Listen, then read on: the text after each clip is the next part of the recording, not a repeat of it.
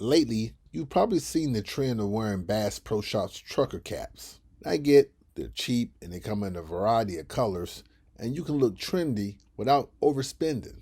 But did you know that Bass Pro Shops is one of the most racist companies in America? In 2011, the U.S. government charged Bass Pro Shops with racial discrimination.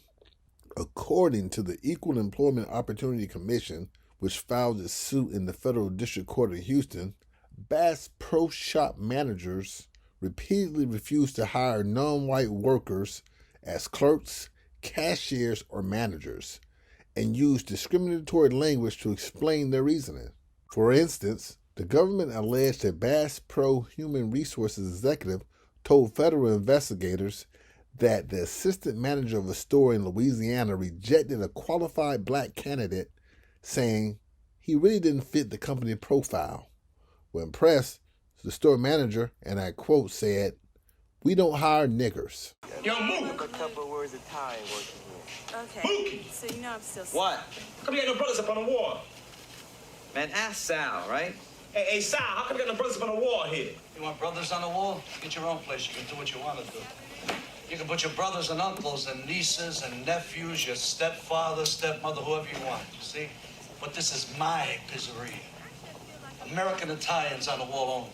Take it easy, huh? And you, hey, don't stop with me today. Another incident cited in this suit was that in 2008, a senior worker in Indiana was seen discarding employment applications, explaining that he could tell by the job seeker's name that they were black. The suit also alleges that the general manager of a Houston store often referred to Hispanics as Pedro, Mexican, or wetback. In 2010, only 4% of the nearly 9,000 employees across 52 Bass Pro locations were black. John L. Morris is the founder, majority owner, and CEO of Bass Pro Shops. The government alleged in the documents that while answering a question concerning racial quotas at a meeting of store managers in 2004 or 2005, Morris said, and I quote, "That's not the kind of people I want working in my stores." In 2017, Bass Pro Shops settled and paid $10.5 million to the government for racial discrimination. The racism at Bass Pro Shops got so bad that even white customers started to complain.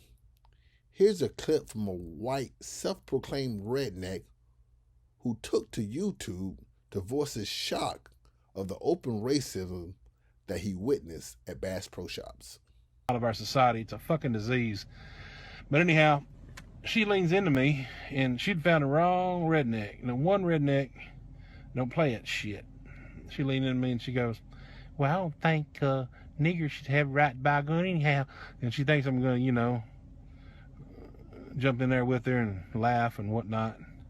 Like she kind of wanted me to laugh with her. Instead, I'm shocked. My face turns red and my heart starts pumping. My adrenaline starts flowing. And I'm like, oh my God. And I said, "What did you say?" And she repeated it. And I said, "Why would you even say something like that?" Exactly what I said to her. And I'll be damn that girl. She goes, "Oh, I have a black friend." Typical bullshit. What you're here. Obviously, the associate felt comfortable enough to say the N-word to another customer. That's crazy. What kind of a company would tolerate that shit? And so obvious being tolerated just based on the manager's attitude, based on the associate that would say that in the first place.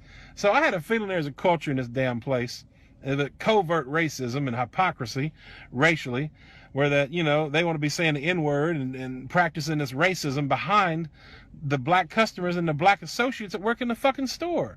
So that's a hostile work environment. That's an oppressive environment for people of color. So I'm pissed. So I tell her, I said, "What's your name? What's that girl's name?" I got it down, and never got an apology from that white lady, that manager. Never did. All she said was, "I'm going to get her side of the story, and I'm going to talk to her." And I was like, "That's fine." And I'm going to be calling corporate tomorrow, and I'll be going down, I'll be contacting any other, agency that I have to contact to get this addressed. And so I walked out. Next morning, I called corporate, Bass Pro Shop corporate. told them to have corporate call me, have somebody from, somebody with some kind of power or somebody from the corporate, operation call me, because I called the customer service line. Make a long story short, I called them 3 or 4 times, never got a return phone call, never even got an email, never even got an apology from anybody at corporate. Never got an apology from the management in the store. This day, I don't know what happened in that store, but I went to the media, tried to get them to do the story. They didn't want to do it. Don't know why, but I couldn't get anybody to do it. But I am doing this. I'm telling you about Bass Pro Shop. When this happened, I did further research, and you can look it up yourself. Bass Pro Shop, they've had federal civil rights lawsuits in 7 fucking states against them. They are a racist organization. If you don't believe me, look it up. 7 different states, 7 different stores with issues of race, with racism, not counting what happened to me. And I've heard, after I told this story, I told many black people told me they felt that they weren't being helped properly, or they felt that they were, racism was within a culture of that store. But that's all. I just want to share that with y'all. Bass Pro Shop, I don't know if they've changed. It happened a year ago, but as far as my experience, my concern, they're a racist organization, and I certainly wouldn't recommend supporting them in any way, shape, or form. Have a good night. Thank you. I'm tired. I'm going home.